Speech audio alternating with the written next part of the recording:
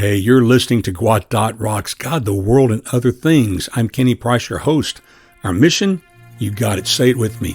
Advancing equilibrium in the midst of an agitated world. This is Season 16, Episode 343. Title, Genesis, the Beginning of Creation. Subtitle, Mini-Series Creation Matters, Staying Grounded in the Storms of Life. And starting off, you may say, Kenny, why are you talking about creation at this point and time? Look at the condition of the world. And against that backdrop, I say, it's as important as it's ever been for us to know where we came from, how we got here, and why God has placed us here. There are so many people that have let go of the idea of a literal 6 days of creation and a seventh day of rest, that it is paramount for us to be able to weather the storms of life, to know that we have been placed here by the Creator God with specific intentionality, and I'm going to get into that. But I want to thank you for listening to this podcast mini-series on the captivating theme of creation in the Bible. In this exploration, we'll journey through the ancient texts that lay the foundation for our understanding of how the world came into being. The concept of creation is woven intricately into the fabric of various religious and cultural stories, that's true, but in this series we will focus specifically on its significance within the pages of the Bible, the historical, accurate, truthful account that is at the core of all other historical creation accounts. And let me say right here, I'm not going to take time to read the book of Genesis or the first two chapters, which are fundamental. I want to leave that to you. Take the time, go to your Bible, read the first two chapters of Genesis, have that understanding in your own mind, and then listen to this podcast. This is a 50,000-foot overview. I'm not going to get involved into the exegesis of the passage, which I could do.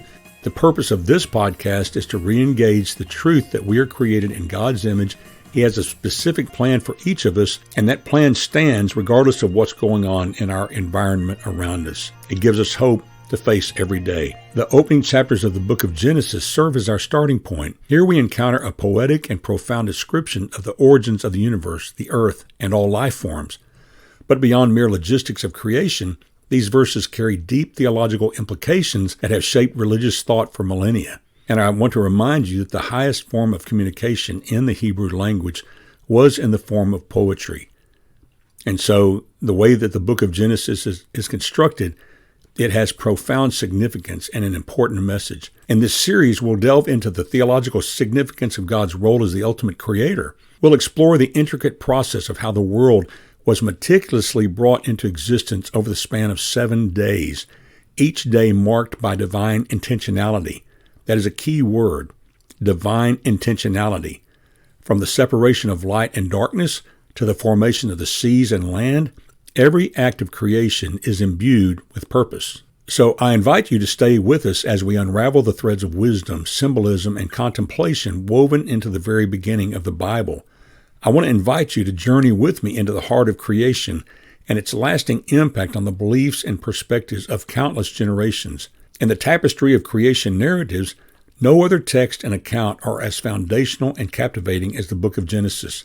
As we dive into this episode, we embark on a journey through the ancient Hebrew scriptures to uncover the significance of Genesis as the starting point for understanding creation in the Bible. The book of Genesis, which translated means beginnings or origins, introduces us to the grand narrative of creation.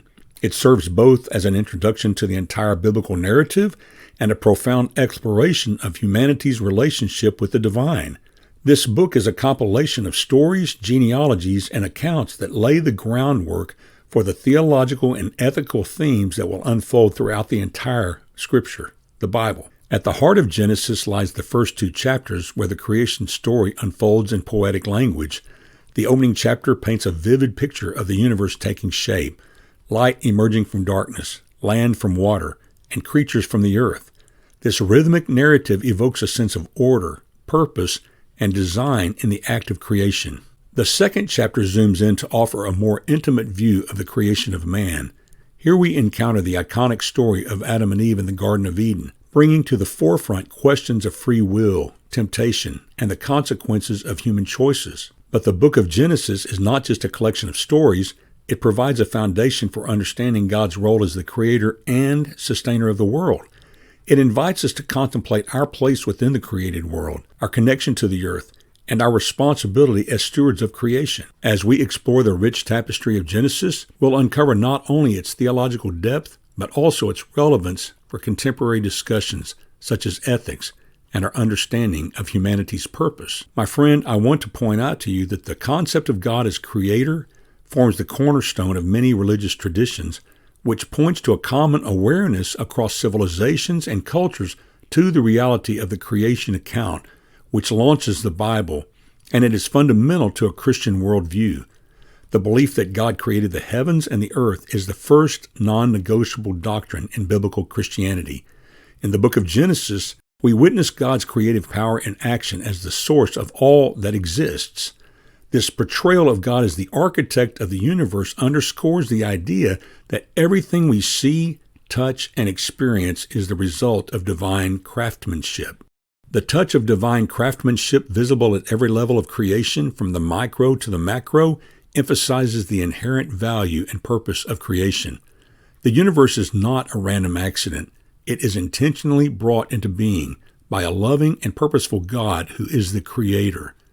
This understanding challenges us to view the world around us with awe and reverence, recognizing the fingerprints of God in every facet of existence. Furthermore, the concept of God as Creator invites us to reflect on our relationship with Him as Creator God. As the ones created by God, we find ourselves in a unique position of dependence and responsibility. We are called to acknowledge our place within the grand narrative of creation and to embrace our role as stewards of the earth and its inhabitants. The theological understanding of God as Creator also raises questions about the nature of reality and the limits of human understanding. It prompts us to ponder the mysteries of existence, the origins of life, and the purpose of our journey in this world. Through the lens of faith, we will take in the breathtaking grandeur of galaxies and the intricate complexity of life forms, and gain a better understanding of the profound connection between God and the world He created. The story of creation in the book of Genesis unfolds over the course of 7 days, each marked by divine pronouncements and creative acts. This structuring of creation into a week underscores the concept of order, a deliberate and intentional unfolding of the universe. It's as if God were an artist meticulously crafting a masterpiece layer by layer. On the first day, light emerges from darkness, heralding the dawning of creation itself. This initial act of separation sets the stage for the subsequent days, with each new creative act building upon the last. Water and sky, land and vegetation, celestial bodies, all are brought forth with a sense of purpose and design. The fourth day witnesses the creation of the sun, moon, and stars, marking the passage of time and seasons. This celestial choreography reflects a grand design, where every element plays a vital role in the functioning of the cosmos. The creation of living creatures on the 5th and 6th days demonstrates a progression from simple to complex life forms. The seas teem with marine life, while the skies are filled with birds. Finally, the land becomes home to various animals, each created after its own kind. And at the pinnacle of this creative crescendo, man steps onto the stage, uniquely made in the image of God. Throughout this story, the themes of order and purpose resound loudly. The creation account isn't a haphazard collection of events. It's a symphony of intentionality. Each day builds upon the last, and each element fits into a broader ecosystem that reflects the Creator's wisdom. As we explore the 7 days of creation, let's think about the beauty of order in the natural world and the purpose inherent in every living thing. From the tiniest organisms to the grandeur of the cosmos, each aspect of creation has a role to play in this cosmic tapestry. The creative act of God is marked by the 7th day of rest. This establishment of intentional rest is a vital part of the creative week and was elevated as a key component of successful human living with the codification of it in the 4th commandment of the 10 Commandments. This story is told to us in Exodus chapter 20, verses 8 through 11, where it says, "Remember the Sabbath day to keep it holy. You are to labor 6 days and do all your work. But the 7th day is a Sabbath to the Lord your God. You must not do any work, you, your son or daughter, your male or female servant, your livestock, or the resident alien who is within your city gates. For the Lord made the heavens and the earth, the sea, and everything in them in 6 days. Then He rested on the 7th day. Therefore, the Lord blessed the Sabbath day and declared it holy." In the book of Genesis, the creation of humanity is the crowning creation achievement. After the universe has been meticulously formed, the life teems in the seas and on the land, God fashions the first man from the dust of the earth. This act carries a weighty symbolism, highlighting man's connection to the earth and his dependence on the Creator. Yet, what sets human beings apart is that God determined to make man in His image and breathed into him the breath of life. The fact that humans are made in the image of God and not evolved from primates has spurred major theological contemplation for generations. This fundamental act of creation explains to us all why the teaching of Charles Darwin is a direct attack on the Creator God of the universe and an attempt to dismantle His watch and care over us. His efforts are futile, but the damage done to humanity through his heretical teaching is devastating.